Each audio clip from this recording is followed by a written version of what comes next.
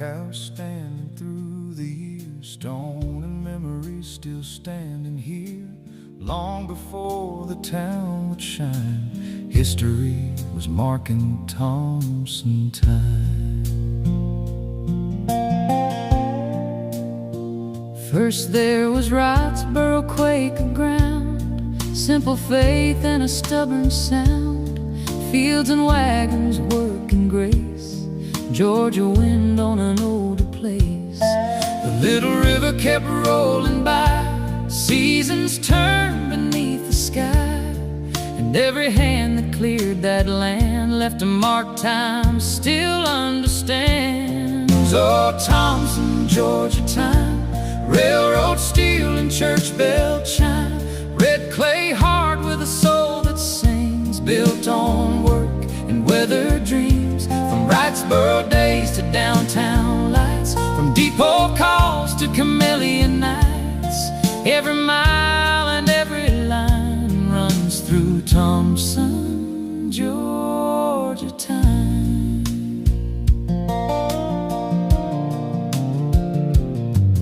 Then the railroad changed it all, smoke and iron, the engines call. In 1837 the depot came, and Slashes was their early name. In 1853 the town was known for J. Edgar Thompson, far from home. In 1854 it was made a town, and the tracks brought the wide world down.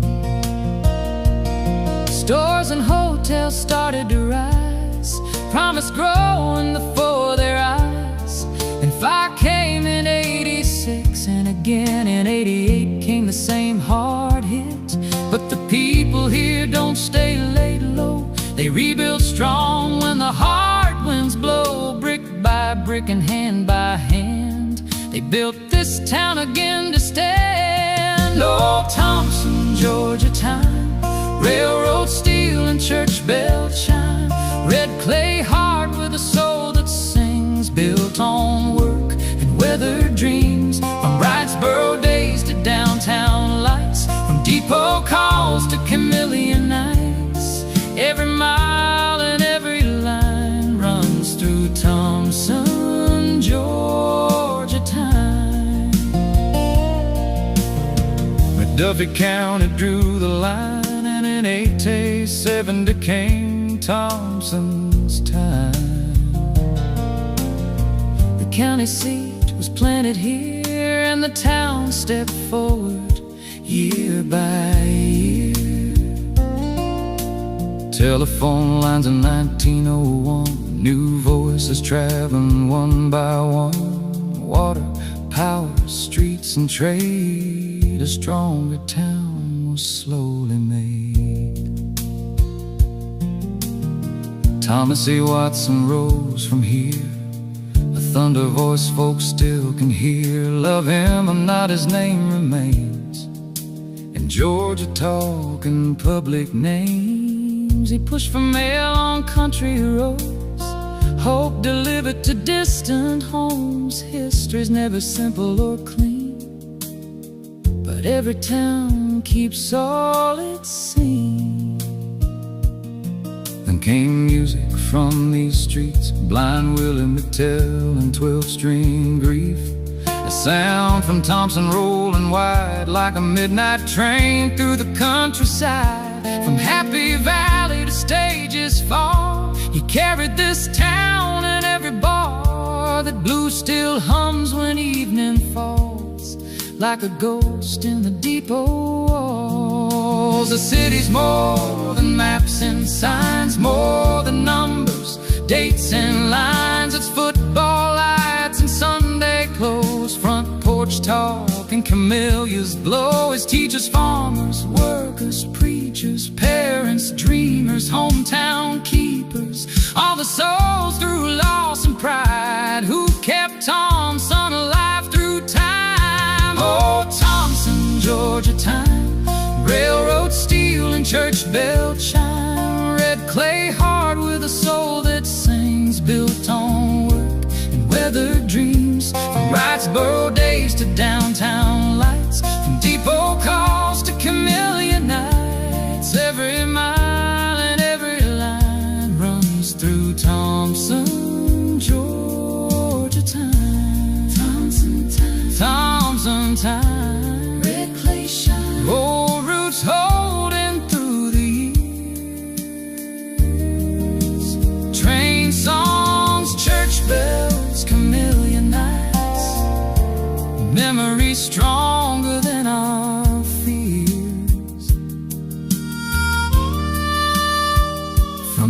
house stone to the county line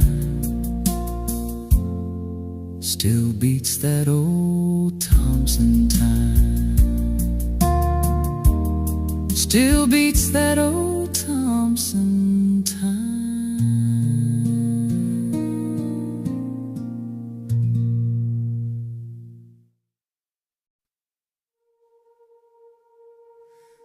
Before the whistle, before the rails, before Main Street and courthouse tales, there were pines and red clay roads, quiet prayers where Wrightsboro rose.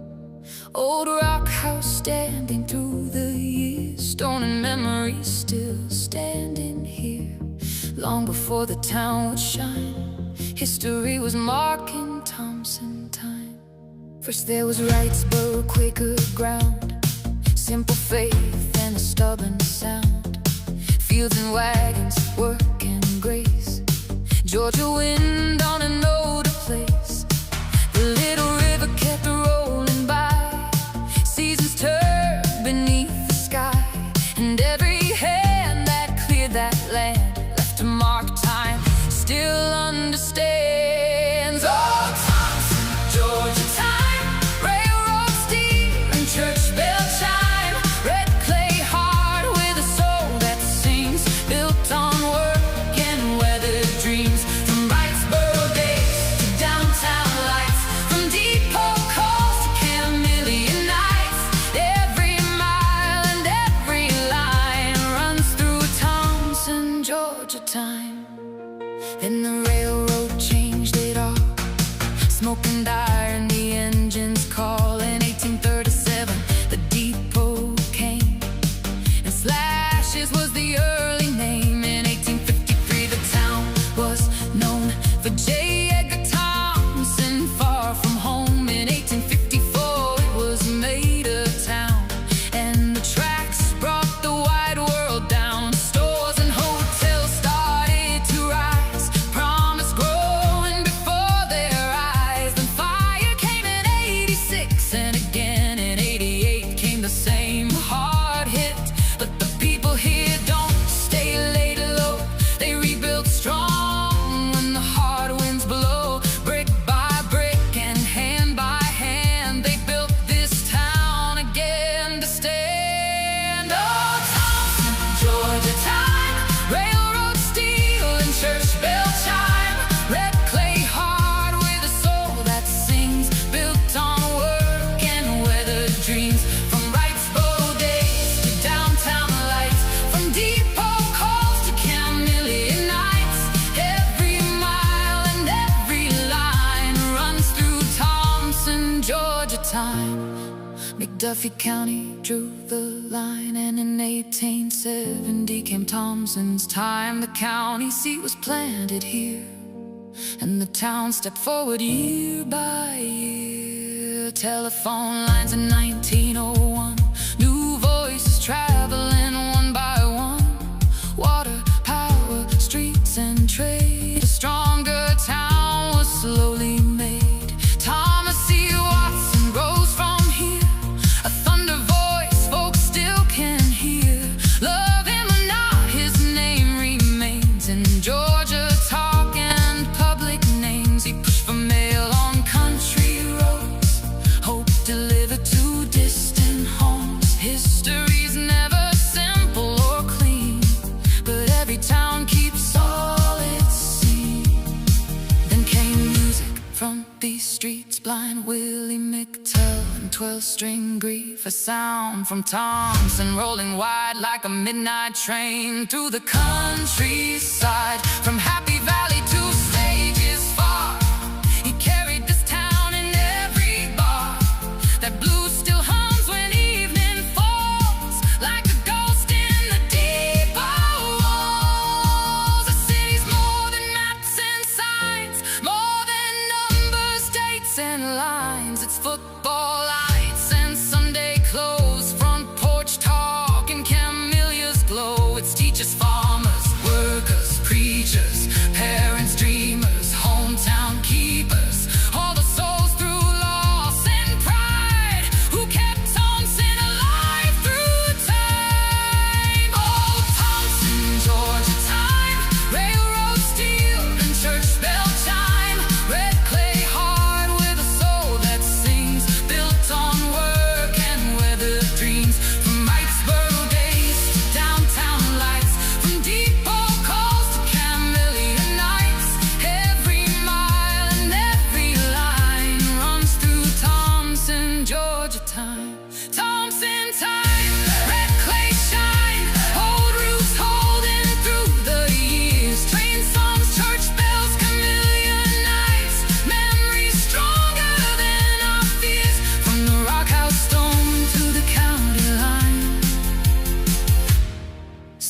beats that old Thompson time. Still beats that old Thompson time.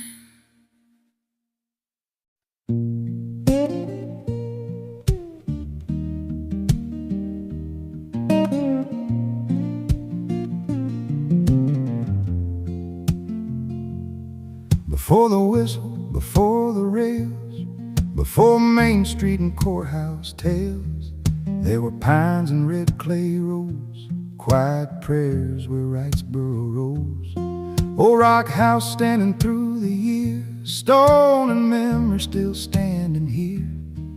Long before the town would shine, history was marking Thompson time.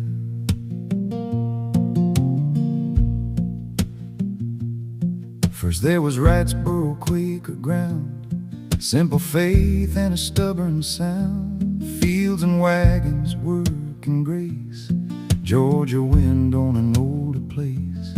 The little river kept rolling by, seasons turned beneath the sky, and every hand that cleared that land left a mark time still understands. Oh, Thompson, Georgia time, railroad, steel, and church bell chime, red clay heart with a soul that sings, built on work and weathered dreams. From Wrightsboro days to downtown lights, from depot calls to chameleon nights, every mile and every line runs through Thompson, Georgia time.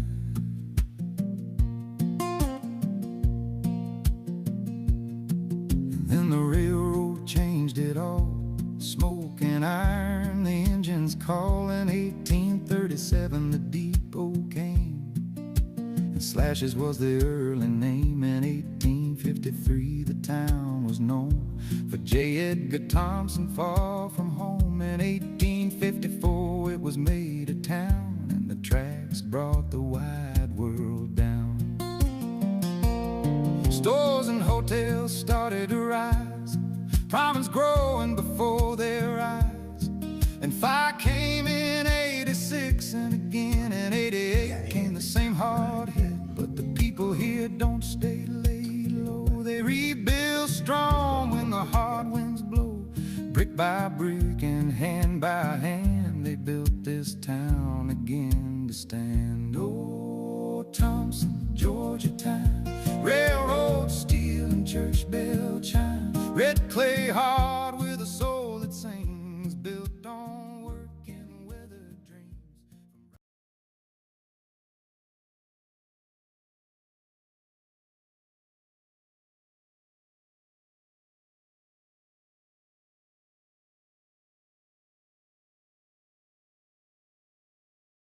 All right, well, it is 6:30, so we will call this Monday, May 4th work session to order.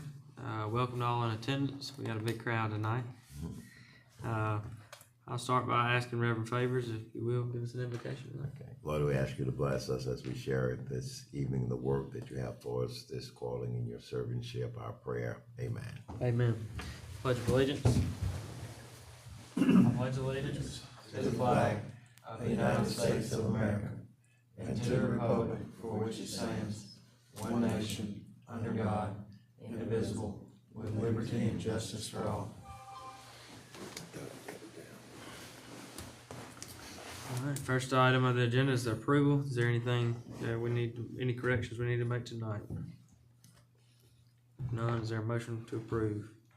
So second. Commissioner Joplin, seconded by Commissioner Favors. Information and announcements. Item number 2, the Board of Commissioners scheduled meeting for May 19th will be at the historic courthouse due to the elections office using this room for ballot counting.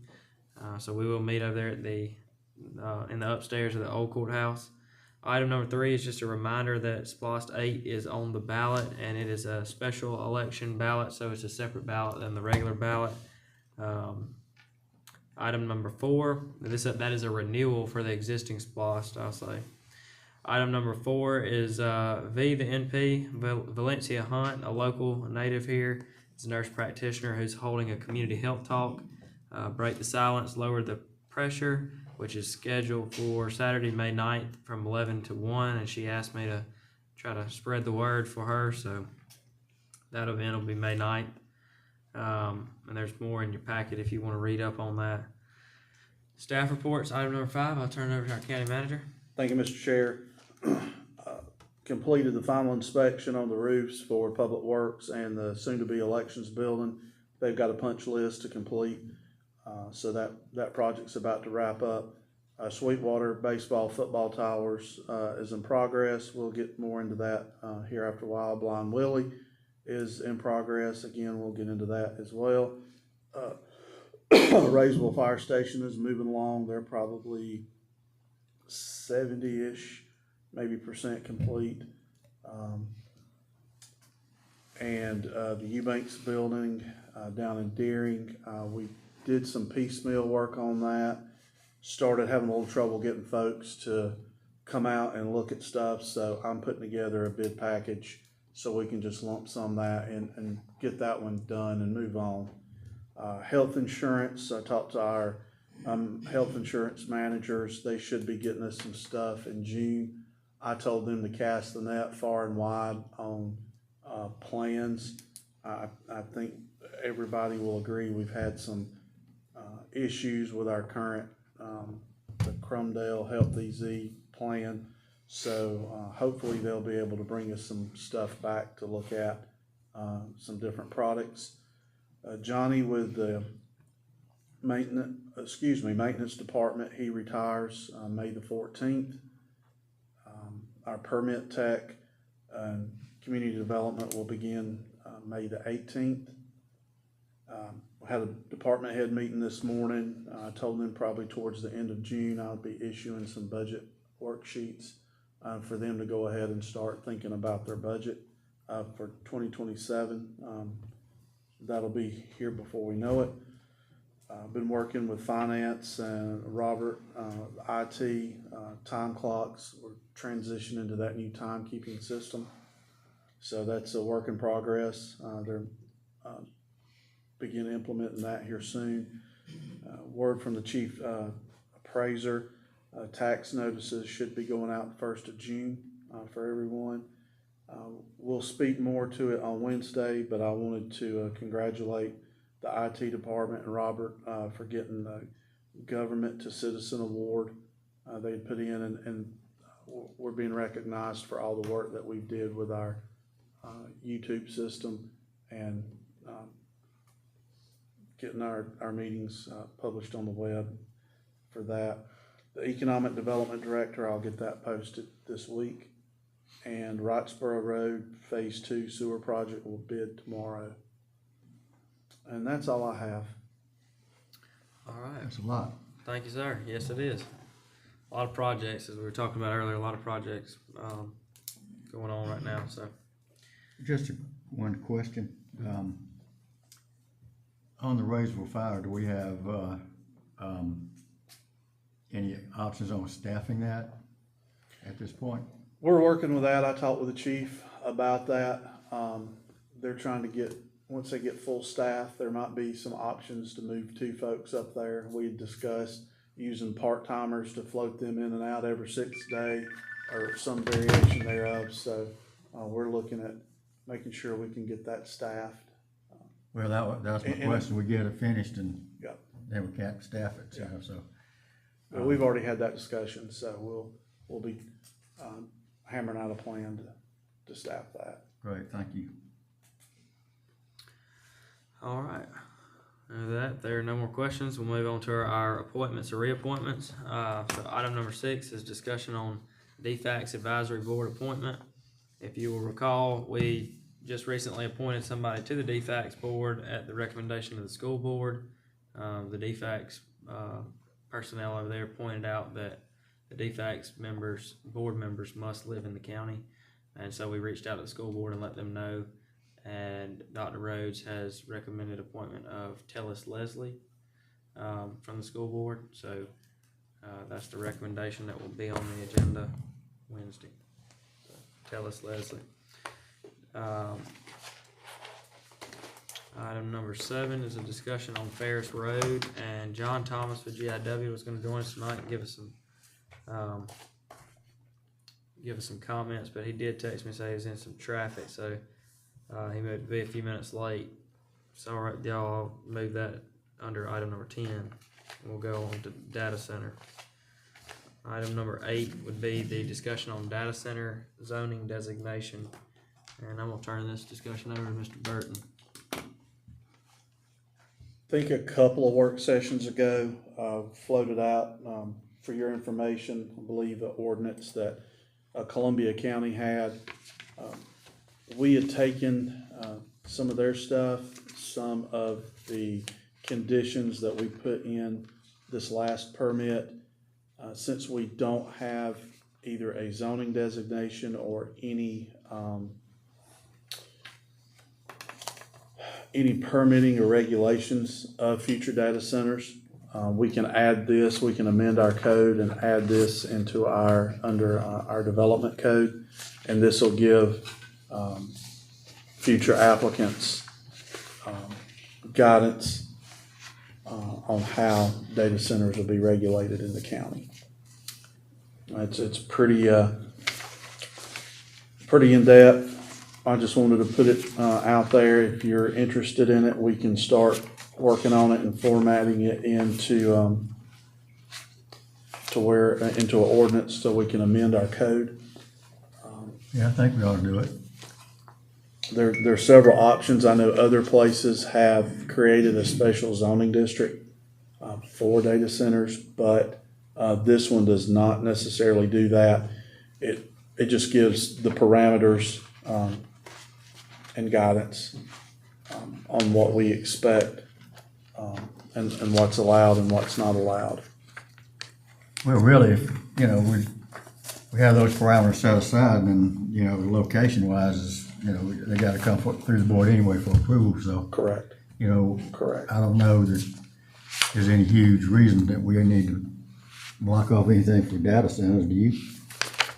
No, I think this ordinance defines it as a special exception approval, just like still a does. solar farm Yeah. or anything else that's Yeah. currently in there, but it just sets out the parameters like Burton said, and, we had a lot of discussion on those 31 conditions that were put in place, and so this would just prevent us from having to make sure that all T's are crossed and I's are dotted, but the parameters would be set out through ordinance, so Well, that's what I was thinking. Is that the Columbia County one there? it is. I read through that and I thought it was pretty thorough. I mean, I don't know if y'all had any problems with it, but, I would say move forward with first and second reading. Is there any objection to? No, we're putting it in the. Yeah, I mean, and I don't know if you Establish can. an ordinance, yeah. Right, I don't know if you can format it by Wednesday, Brandon, but my suggestion would be to go ahead and go through the process of Okay. adoption. I would prefer to have it on the Tuesday night. Tuesday night one. That'll give us time to get it formatted and make sure that everything, we put it in the well, and correct you bring it location. on the two guys who aren't here, Yeah. If we did it Wednesday, it's kinda like, whoa, Yeah, I would prefer to move that to the nightly meeting, so. And then that'll be the first reading, and then follow up with a public hearing in the second reading. Okay.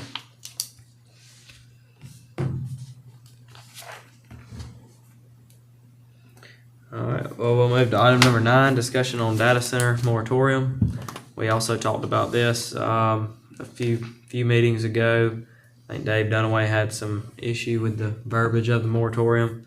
Brandon, I don't know if you want to add anything to that. I did remove those sections that there was some concern over. This one is for a period of 90 days from the adoption of the resolution that the county would not accept any permits or any applications with respect to data centers. That'll give us time to craft this ordinance for y'all to do further research, ask questions. So will that come up Wednesday? It can, yes, sir. Yeah, I read it. It's very comprehensive. I think it's good. We should go and do it Wednesday. Okay. Yeah, it's good. And that would just be for 90 days until the ordinance is in place. It'd be 90 days and then it'll expire, or if y'all decide To to, extend it. To If we extend wanna roll it over, we do it. Okay. All right, so for Goodyear, you'll add that to Wednesday's agenda. All right, item number 10 is discussion on road list for LMIG and LRA 2026 resurfacing. We discussed LRA and LMIG a while back, but Brandon, you got some updates for us on that? I do. This list that I have here is basically myself and Tori put the roads that are in dire need of work. As you can see, it comes with a pretty hefty price tag of $3.6 million. We're getting $631,000 out of LMIG, $681,000 out of LRA, and then we would have to balance a good portion of that with T-Splost. If I pull up my...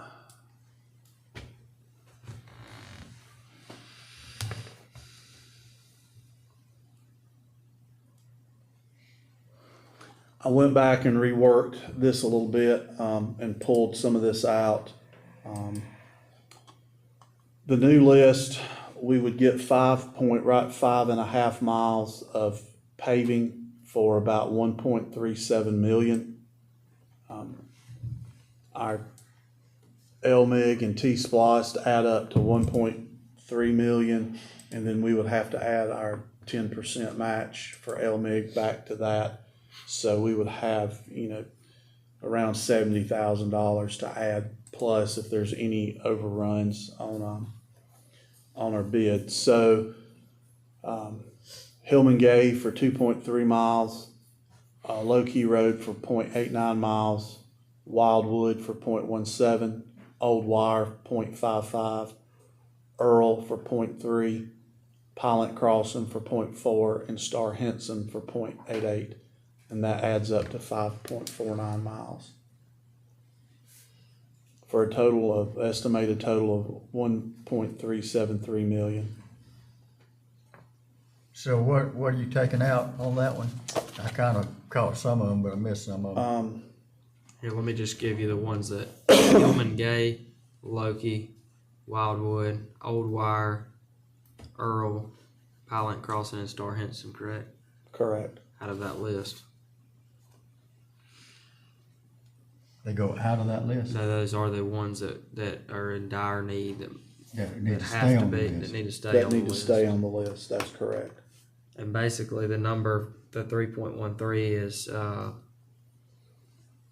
would be doing everything that needs to be done based off of Tori's comments and Atlas's comments, but we can't use the entire T-Splost money for our resurfacing because we've got to have that to float our project, our TIA projects.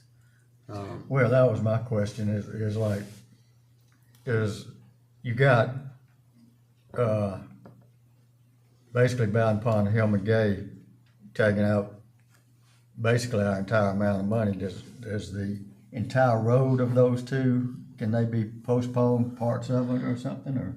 I think that was after a little discussion I had today with Brandon on Bowden Pond. We just patched some of those this past year. So, Right. I think he's probably going to verify, but he thinks we can get away with not resurfacing the entire road this coming year. Well, that's what I was wondering, if you could do part of it this year and part of it next year, something like that, to include some of these other roads in there. Plus I still like to hold some money back for dirt roads. Yeah. And that's kind of the discussion I had with him today, was that T-Splost money probably needs to be held back in case we need to supplement some of the TIA projects. Yeah. That's a good point. And then as they mentioned with some of the T-Splost reimbursement projects, you have to have money to float those. So we'll need the T-Splost funds and then we'll get reimbursed from the state, of course.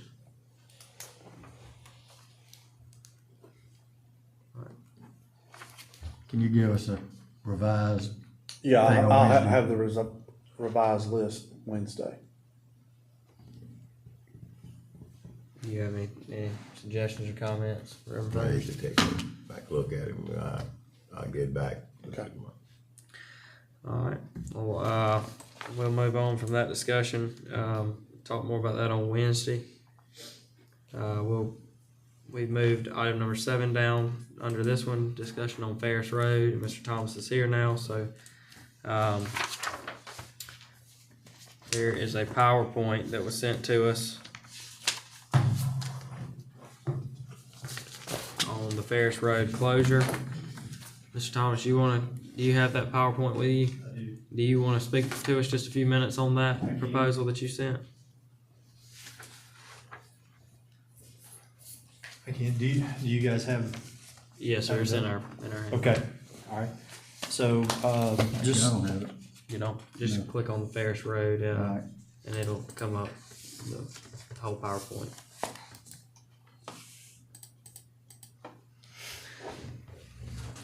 Let's see, go back up. Right there. Just click it one time. Oh, okay. so what GIW was proposing is to build a cul-de-sac on the, down at the end next to the fire tower, or the water tower, and close off that road. We would be responsible for the maintenance of the road. Once that's done, McDuffie County would still have an easement of utilities, throughout that property and everything as well. On the next page, there's a drawing showing the proposal as far as what would be transferred as far as the deeds and everything. This was done by one of our architects a few years ago. The main reason is for we've had a lot of issues with vehicles speeding up through the road. We had the speed humps installed. There's pedestrian and forklift traffic up close to the plant that is right in the, basically when the doors open for somebody to come out, anybody could come through there, could walk out in front of the traffic if someone was to drive into that area. So we have had some people that have done that. I don't have video or anything showing the people doing that. Do have some accounts of, our operators, our employees, seeing that and reporting it. We put up the yellow barriers at about 4 feet tall to try to separate that area. And we have to replace those every so often because they've gotten hit. Some may be from GIW employees, but we've had people that actually drive over in that to get away from the speed humps. So they'll drive over in the actual forklift lane, pedestrian lane. So all of GIW's bathroom, locker room is on the south side of Ferris Road. So our employees all have to cross that road to go over to the locker rooms and bathrooms over there. Plus, our main office is over there. We've got a conference room over there that we hold meetings and stuff in. So they have to go back and forth across that area. So on the south side of the road, we have our pattern shop, and all of our patterns are stored on the south side of the road, and they get carried across the road over to the foundry to be used. So that's, constantly we've got forklifts that have to cross that road to get our supplies over to the foundry side of the road.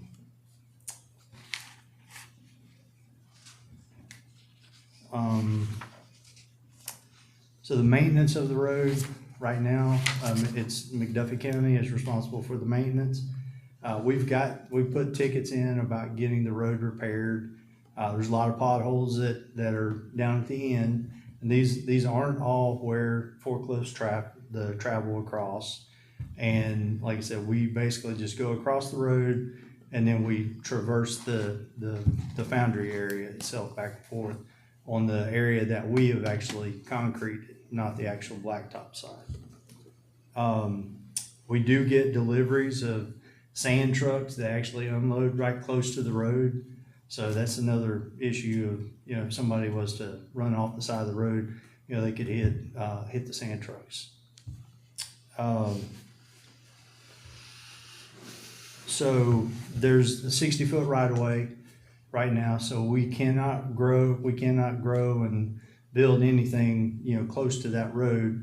We've already got some of the buildings are already within that zone that, have been there just for several years. So we did look into the possibility of putting a road around the backside of GIW's property. It's going to be at a minimum standard road is around $300,000. So that's a good bit of money to be putting into a road if we are just going to turn it over to McDuffie County. So we have talked with James Upchurch last year with Ford McDuffie. Tried to get in touch with Don Powers in the past. Haven't been able to get through and get in touch with him about trying to talk about anything for as far as McDuffie County helping out with this growth or with this moving of the road. So I did meet with Deputy Chief Thigpen and talked with him about the emergency safety issues. He said that 9 times out of 10 they would not use Ferris Road. He said that there was actually a fire that was back, I think it was 814 Ferris Road, and he said that he doesn't even think that any of the fire trucks used that road. They came in from the backside.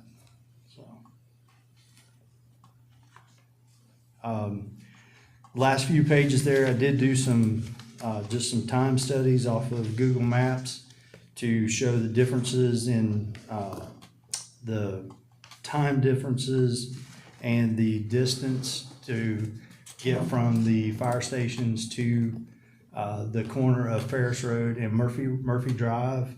And there was 4 to 5 minutes was from Thompson Station 7, which is the closest one. And there's, a minute difference between going Ferris Road or coming around the backside. So there was that.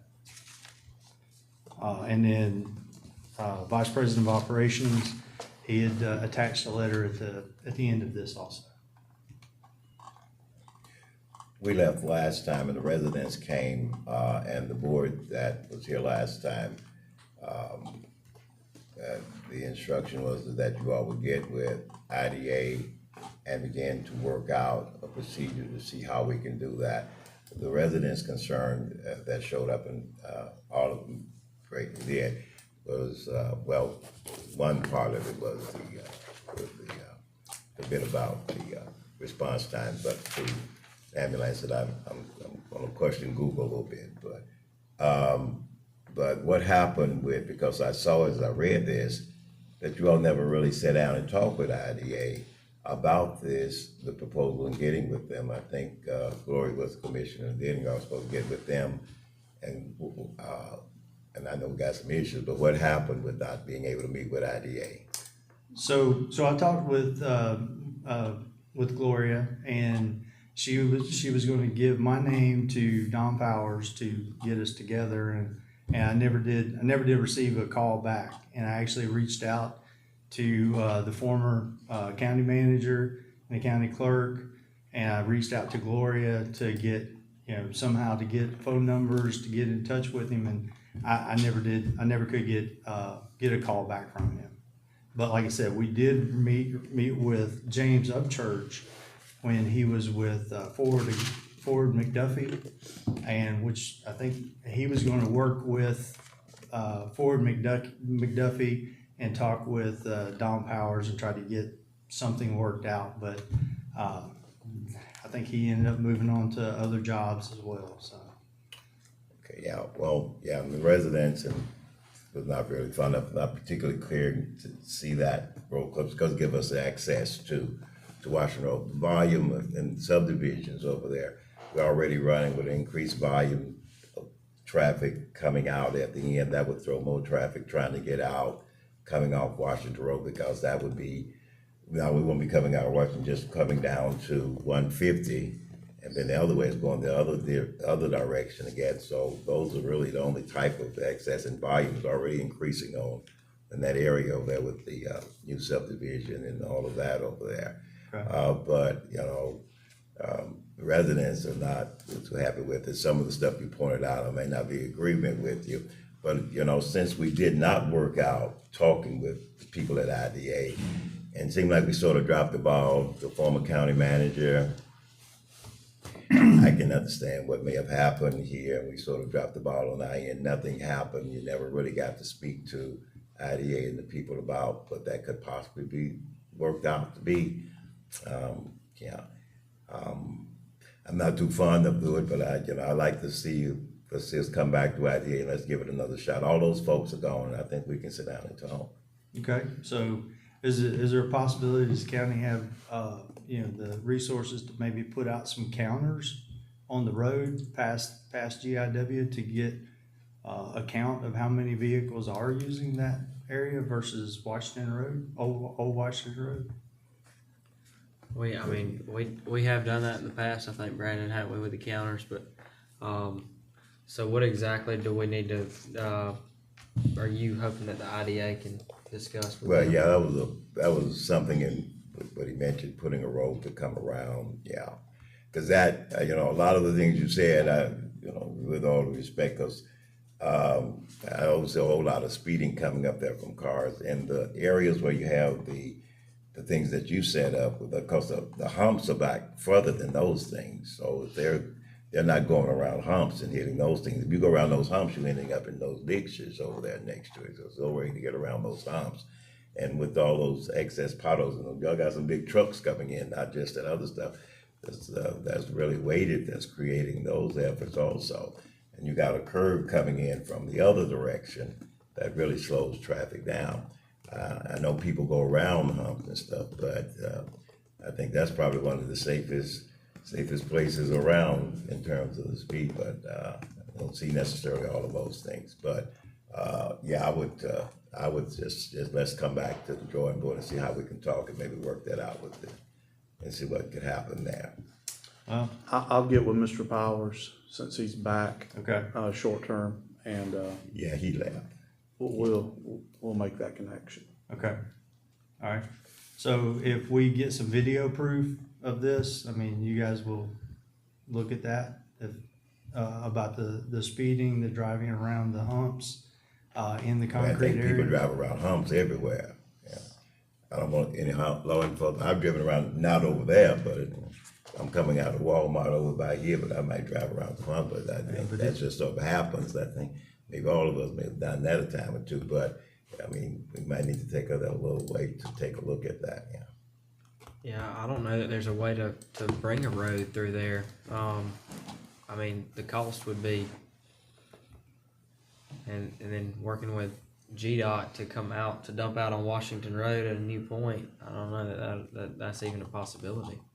Well, I was looking at the proposed route of the new road, and from emergency vehicle situation, it'd probably be worse.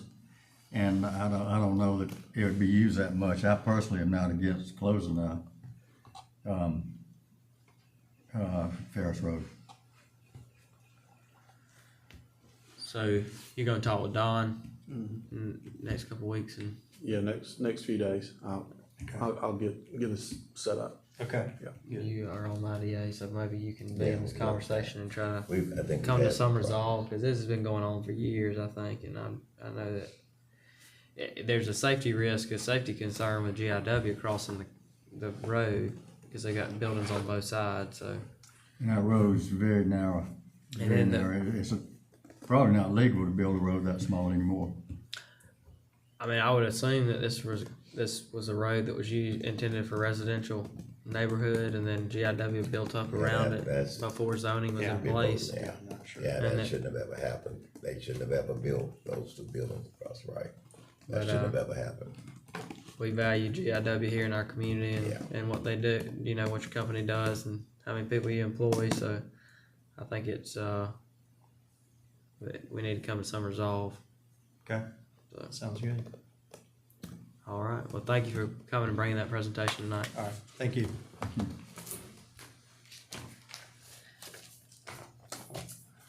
All right, we will move on to new business. Item number 11 is discussion regarding proclamation for Small Business Week.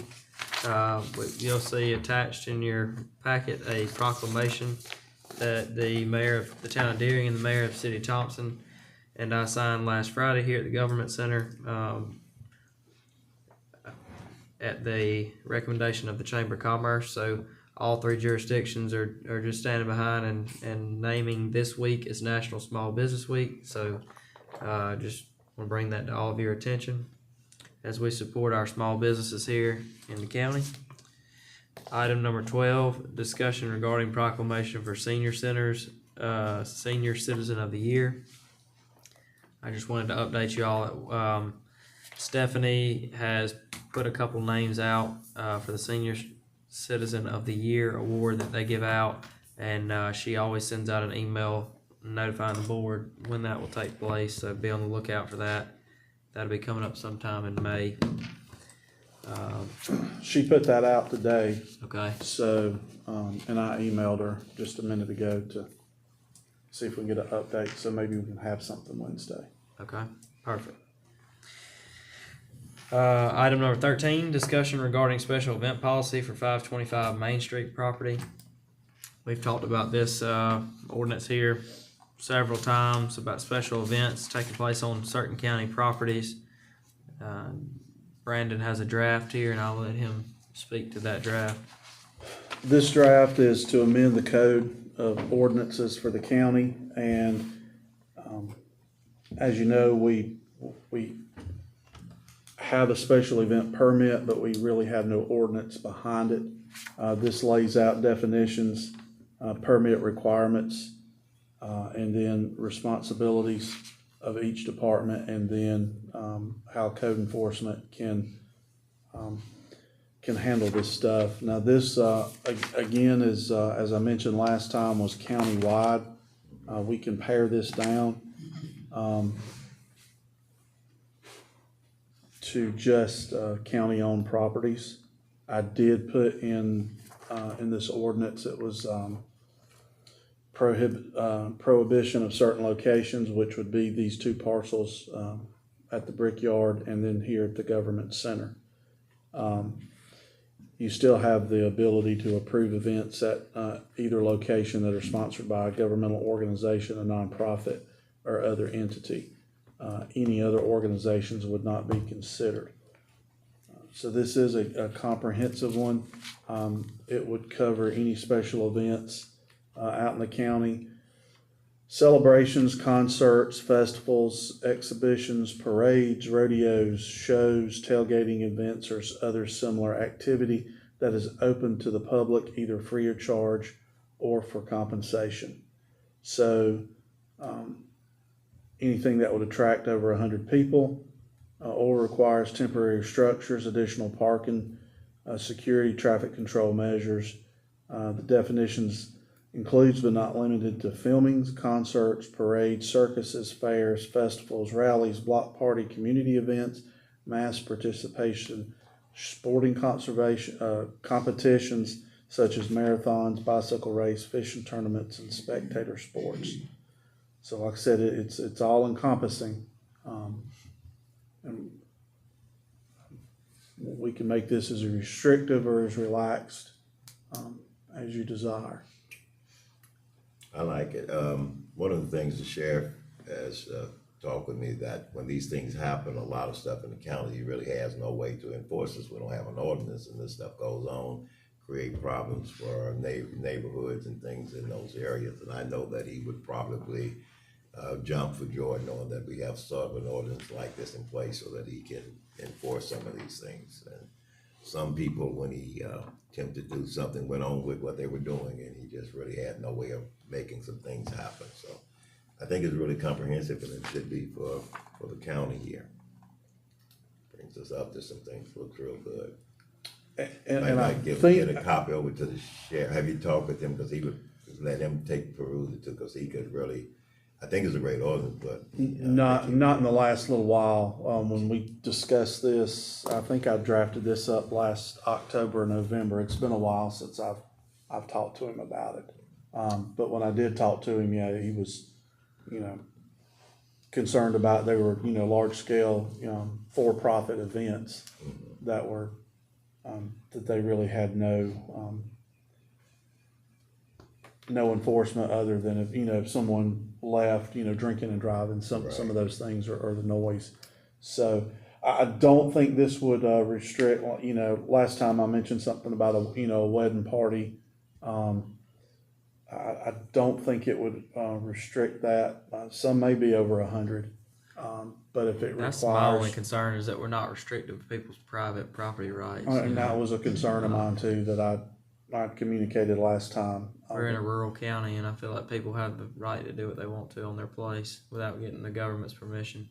But I agree with Commissioner Favors over here that we've had for-profit type events held that got very out of hand in rural areas that, people called the sheriff and wanted the sheriff to help at that point, but there was no laws in place to help, so. Did I think we just need to be careful to get a balance of that in the ordinance to where we're not restricting people from. Right, and I thought I read that in there, that it wouldn't interfere with private, I thought I read that in there somewhere. I agree with you, that it was that, I think that's in there somewhere. We might need to expand upon it, but I agree.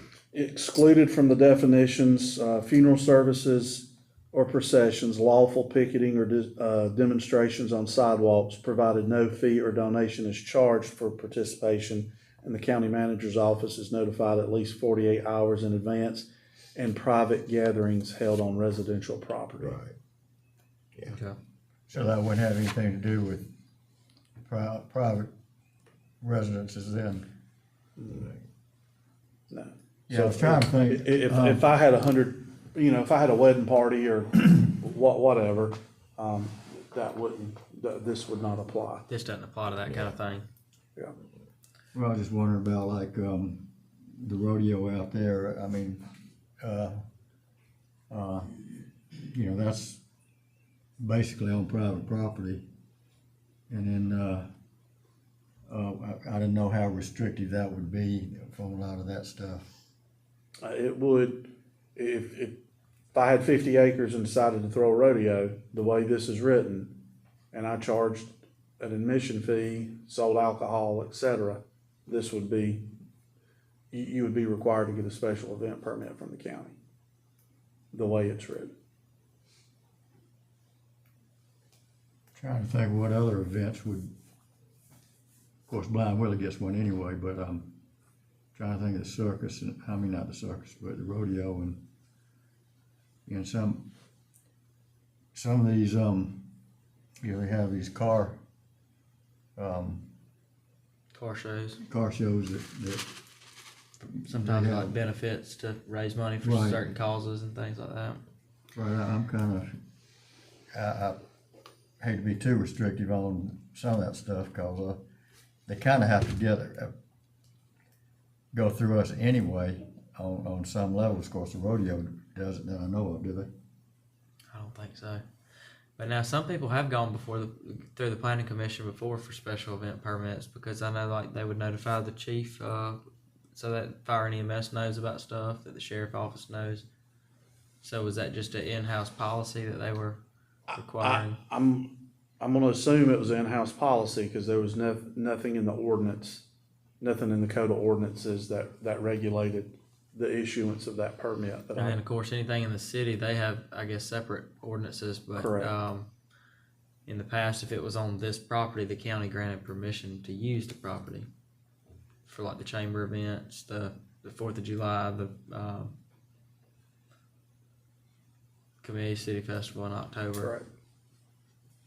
I think the ordinance address government and stuff, that's okay, and that's passed. But also it gives us the right to waive right when they're doing it for nonprofits or special causes like cancer or something. I think I read that in that ordinance thing too. So it gives us the right to waive the permit fees and stuff. Yeah. Well, I'm thinking, like, the fireworks at Waysville, Bell Mead has fireworks, and that's, a private organization which could conceivably have 100 people or more. I'm kind of, I think we probably need to look at some of the restrictive things, like those things that, because that's on private property. But I don't see, again, going back to,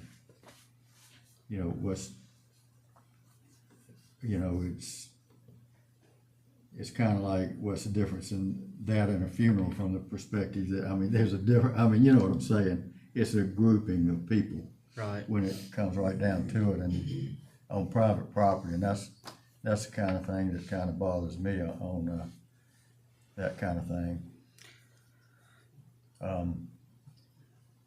Like on Halloween, you could have, church, they have like the Easter egg hunts. There's just a ton of things that could conceivably be affected by that. Mm-hmm.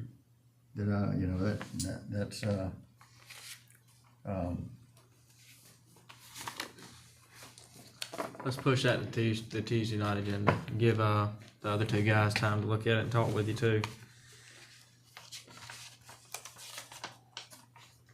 It may say in there, Bill, about churches and school type events being excluded. If not, that might be something that we could.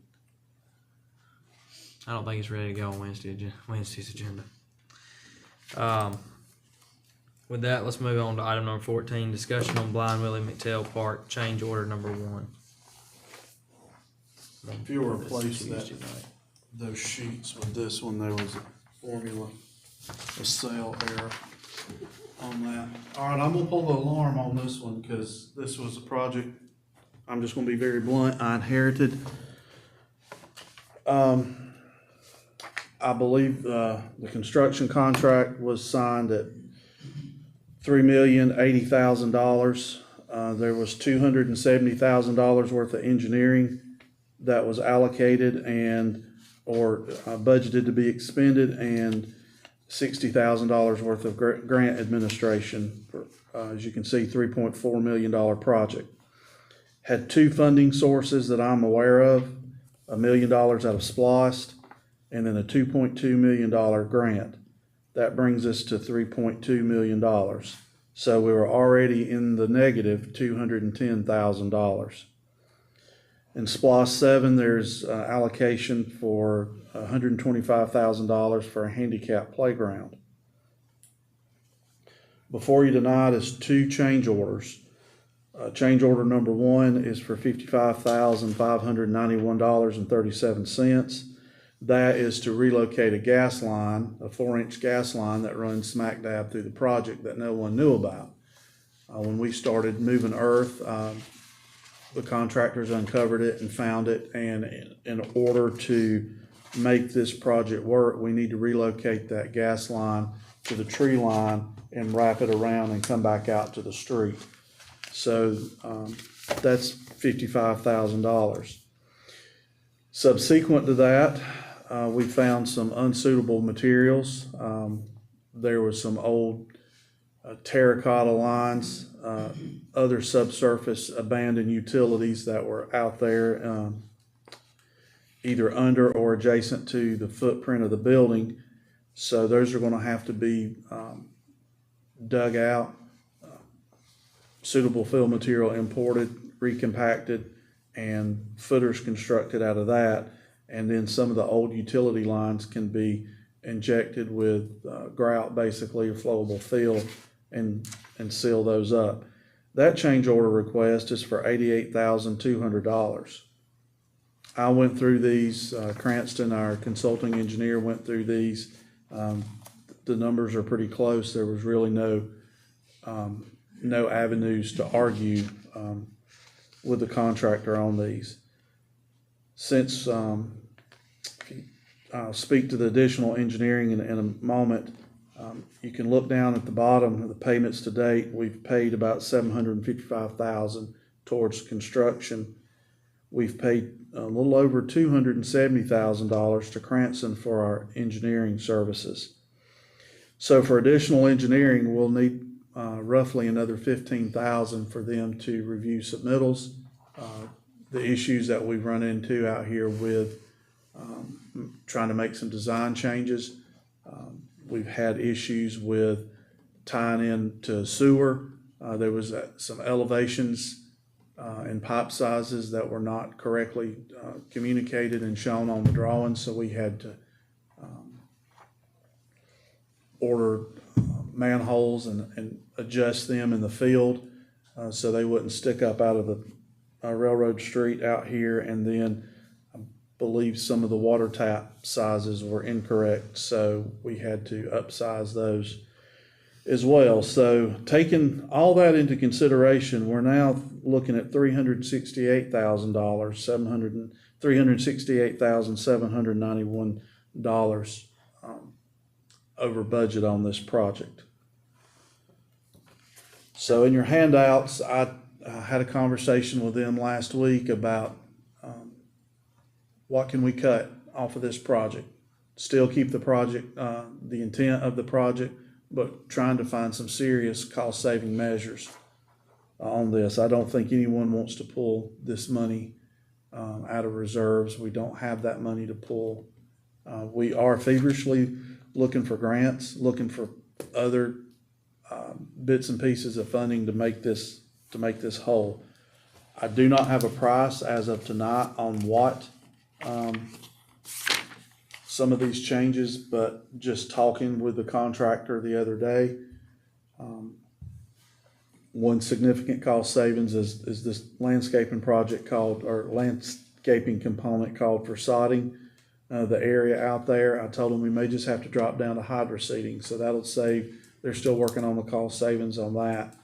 The decorative concrete that is out around the future splash pad and the sidewalks going to the pavilion and to the toilet building, that was supposed to be stamped decorative. We may have to pull back to broom finish or acid finish, so we still have some sort of decorative look to it, but it may not be as I think I read too, it could be salt pitted. salt pitted. It won't be as pretty as a stamped concrete. Also on the landscaping plan, there's ways we can cut out every other tree on the sidewalk. Those were, I think, almost $600 a tree. So if you start pulling out 2, 4, 6, 10, 12, 14, let's say 24 trees, that'll save some money there as well. We do have a meeting on site Wednesday to a value engineering meeting. We're looking at some of the structural components on the building as well. So we're still trying to whittle this number down to get us back into budget. The only thing that's really holding us up now is this $55,000 change order. We need to make some movement on moving that gas line. So if we went ahead and approved that change order, they could get that gas line moved while we still work on this $88,000 change order, and hopefully we can find some more savings. But I just wanted to bring that up to y'all tonight, that we're looking at a pretty serious cost overrun on this one. Well, that gas line, I guess, none of that's within our control, but I say we go on with the change order and keep the project moving. Georgia Power, Deanna Moultrie mentioned that they have funds that they'd like to give to counties for economic development type projects, so Okay. they may give us some funds.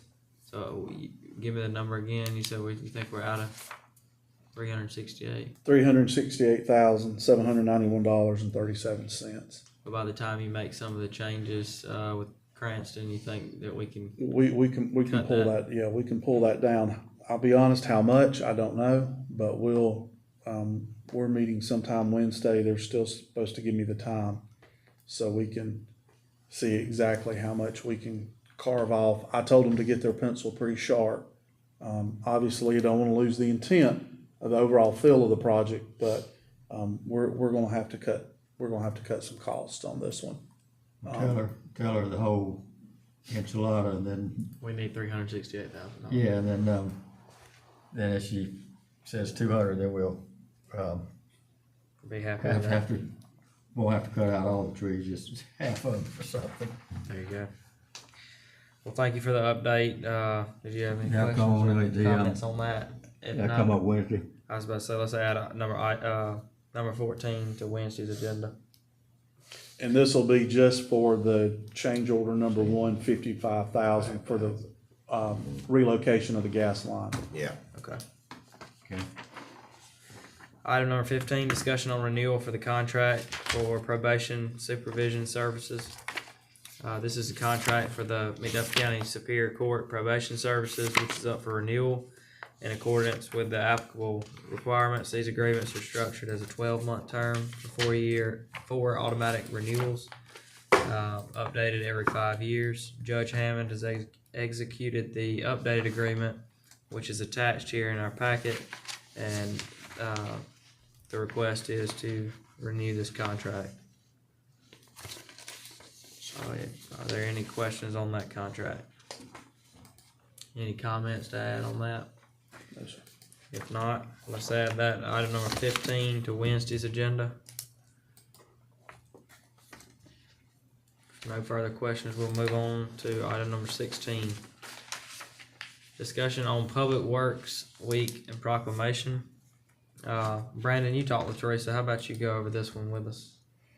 May the 17th through the 23rd this month is Public Works Week.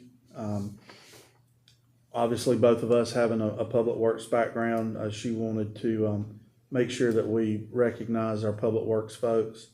And I talked with Deering. They have a part-time person that does some public works stuff, so we're wanting to make this a county-wide recognition of all staff.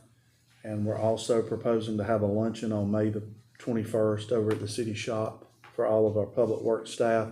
This is a proclamation just signifying that we're recognizing Public Works Week, and their theme this year is Rooted in Service, Powered by the Community.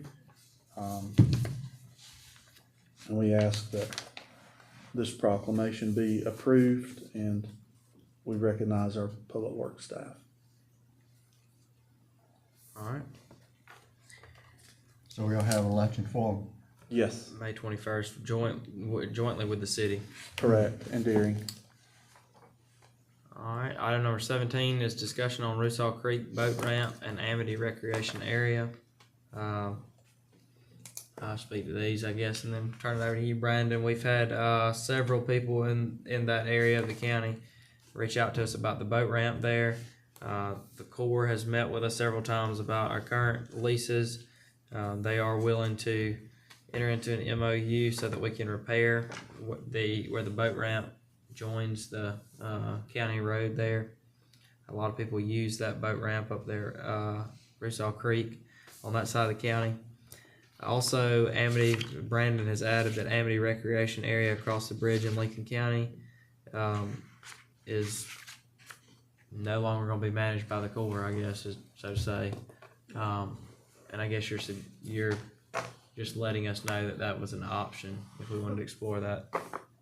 That's correct. Yeah, the Army Corps, nationwide, federal government's trying to get rid of certain things and offer them to local government, much like they did with Raceville and Big Heart. The boat ramp at the end of Rusall Creek, they had mentioned that when they're interested in us maintaining that. I know the sheriff's office patrols out there anyway. It gets heavily used from here on out in the summertime. And then the Amity recreation area across into Lincoln County. The Corps did indicate that Lincoln County had no interest in trying to manage that one. And I just wanted to let the board know, if y'all had an interest in it, we could explore that. I'm not exactly sure how the mechanics would work between crossing over a county line, but it is a federal resource. So if they have no objection, we would just go across the bridge and manage that one, much like we There did ain't Big Horn. campsites over there. I'm not sure. They're not.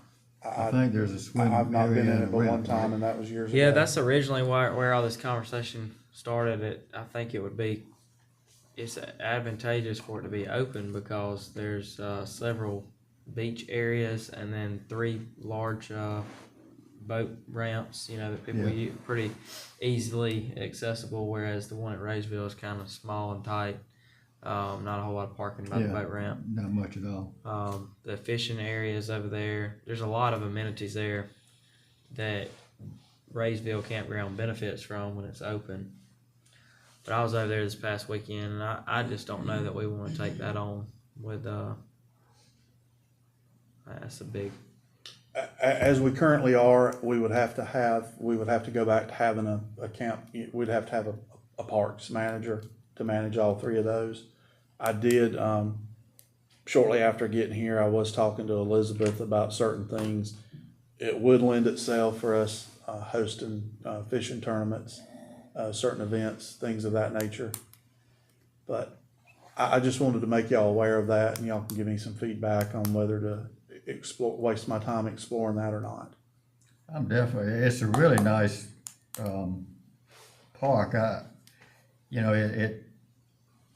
I'm interested in the standpoint that, if you could, there's not many ways you could, financially have it carry its own weight, but if the other 2 could,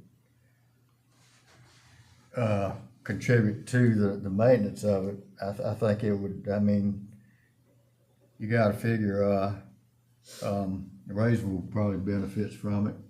Raysville, not only the park, but the Raysville Boat Club. yeah, I think or Boat Club and, Raysville Marina. yeah, I was gonna say, well, the campgrounds, I've heard from several of the campground managers that the people who camp at Raysville Campground miss it being open because they use the beach area and some of them use the boat ramp and some of the amenities over there. But I want to say that the boat ramp is open, but the rest of the park is closed. I think they got some significant trees down over there, and the Corps just hadn't had the manpower to clean it up. So. But doesn't it have a kiosk as you go in where they were charging for a day pass that would generate some revenues? It does, nice to say that, yeah. Mm-hmm. So you have to pay to use the boat ramp is what you're saying, and the parking area. And get a day pass for the park area. $7, I believe. Like I said, I took Bennett up there fishing Saturday. So. Mm-hmm. And it used to be like electronic, you could pay by credit card as you went in. So It's still there. you didn't pay? Yeah. Oh, okay. You did. $7. Okay. Mm-hmm. But it would generate some revenues. Well, it wouldn't pay for itself, but it would pay for the rest of the stuff in McDuffie County. But, well, let's don't let it die. Well, I can look in it, and I'm sure they've got some data to see how well it performed and what, their peaks and valleys during the year. So, Yeah, I mean, nobody's swimming in January, so. No. Which they are camping, so. Okay.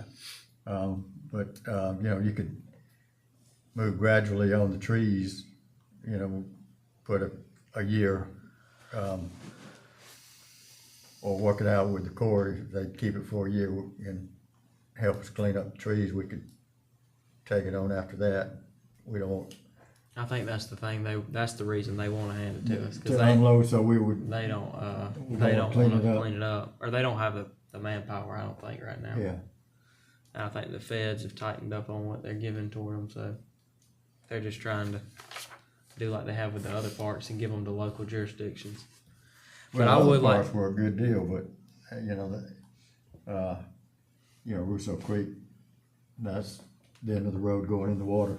Yeah, well, that's what I was gonna say. I would say on that, I would like to fast track. I don't know if you need to get an estimate and see what it's gonna cost us to fix the ramp, but I think you told me it was be relatively inexpensive, and there's a lot of people out there have reached out and said that they wish that somebody would do something. The Corps says they're not gonna repair it. They have no federal funding to repair it, and I think it's widely used by the people out there that pay taxes, but also some people that don't live out there, use Yeah, that. it would be, and now would be the time to do it while the water's down. You could repair it probably fairly easily. From my understanding with the inexpensively. exactly, and from my understanding with the Corps, all we need to do is enter into an MOU, and then we could repair what we needed to on it. I think that's be really something that we need to do. Okay. Any comments on that?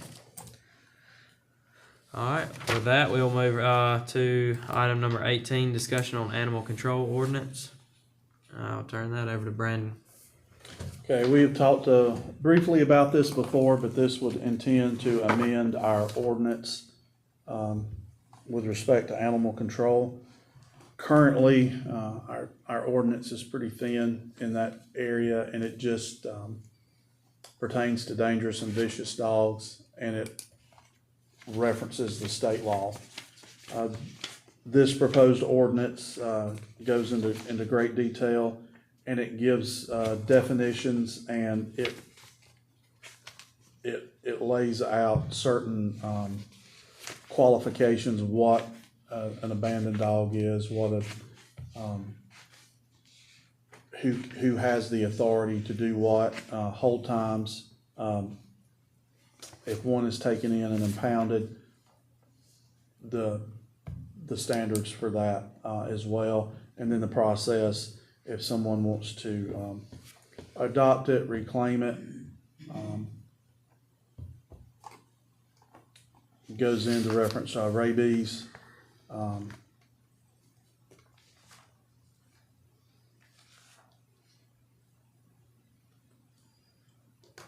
There's some language in here that references for pet dealers, kennels, the Georgia laws. It defines what's a public nuisance. With respect to some animal cruelty guidelines. So this would lay out the parameters for animal control and the enforcement.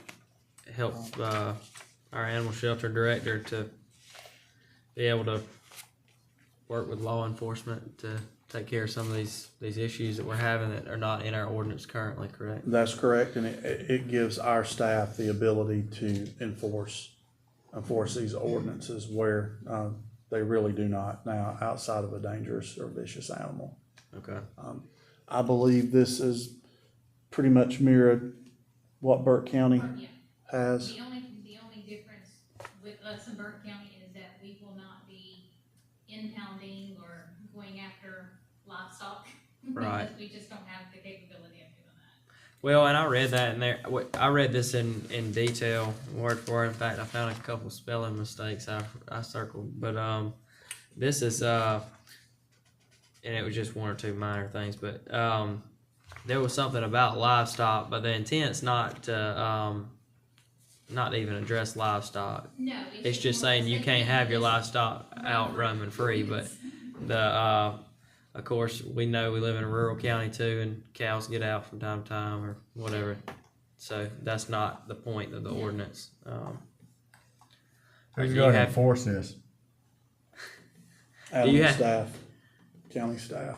Do you have any comments about it? If y'all do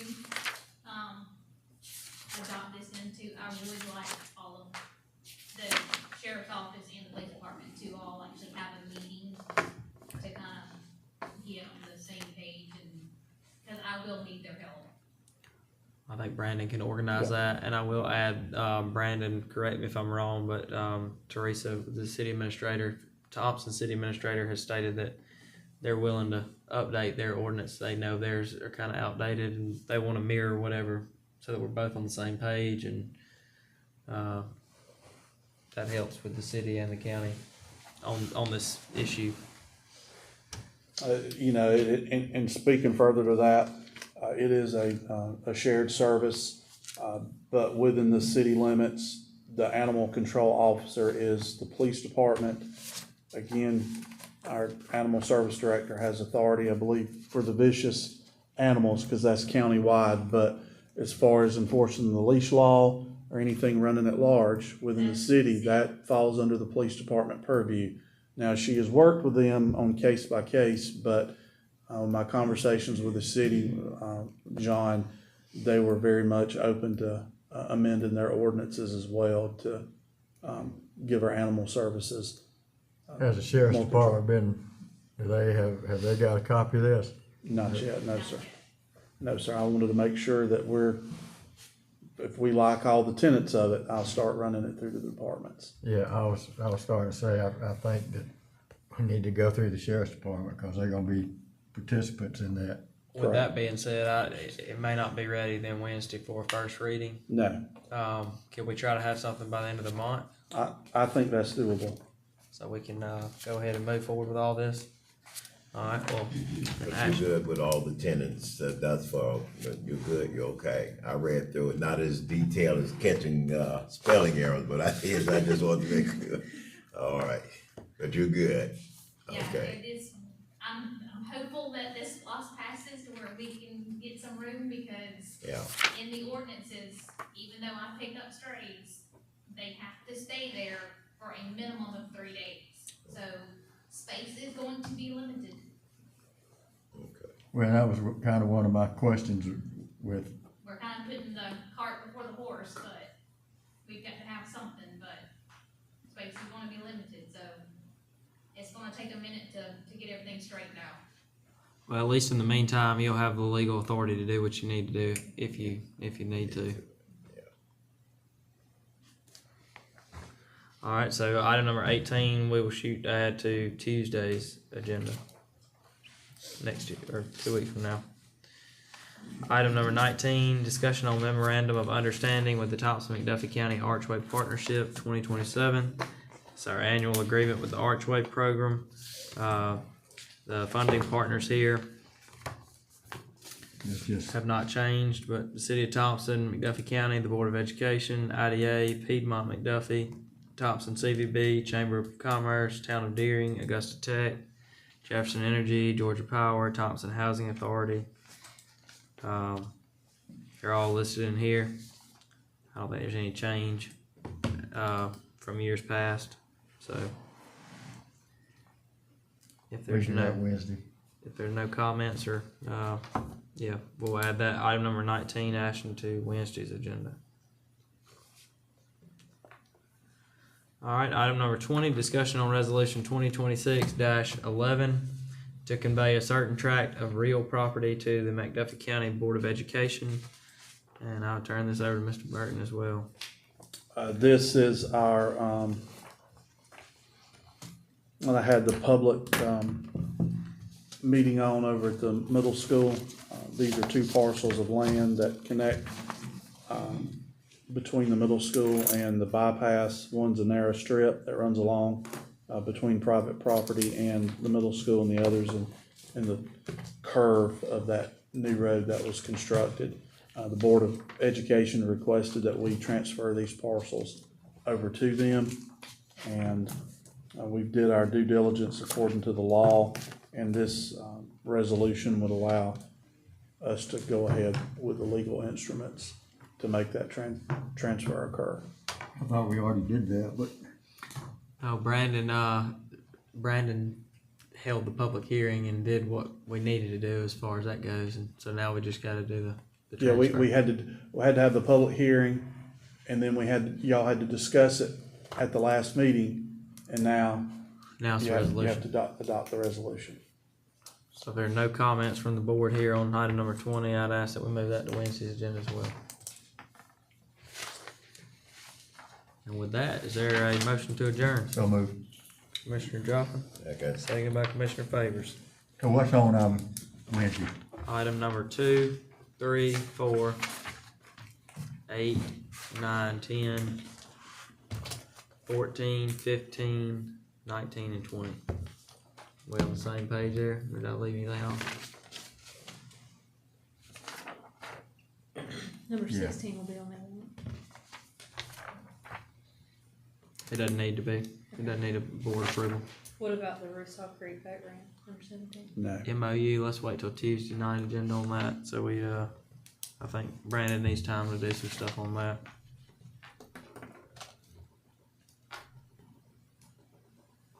All good? Well. There will be a resolution, a retirement, resolution honoring Johnny Oh, yeah. on that. There'll be a few other small A items. few other items on there. All right, we're dropping removed. Commissioner Favors is already moved. Oh, people adjourn, we in trouble when we have it after the adjournment. Well, we just kinda wanted to know what was on the agenda. No business. After the adjournment. Before the whistle, before the rails, before Main Street and courthouse tales, there were pines and red clay roads, quiet prayers where Wrightsboro rose. Old rock house standing through the years, stone and memory still standing here. Long before the town would shine, history was marking Thompson time.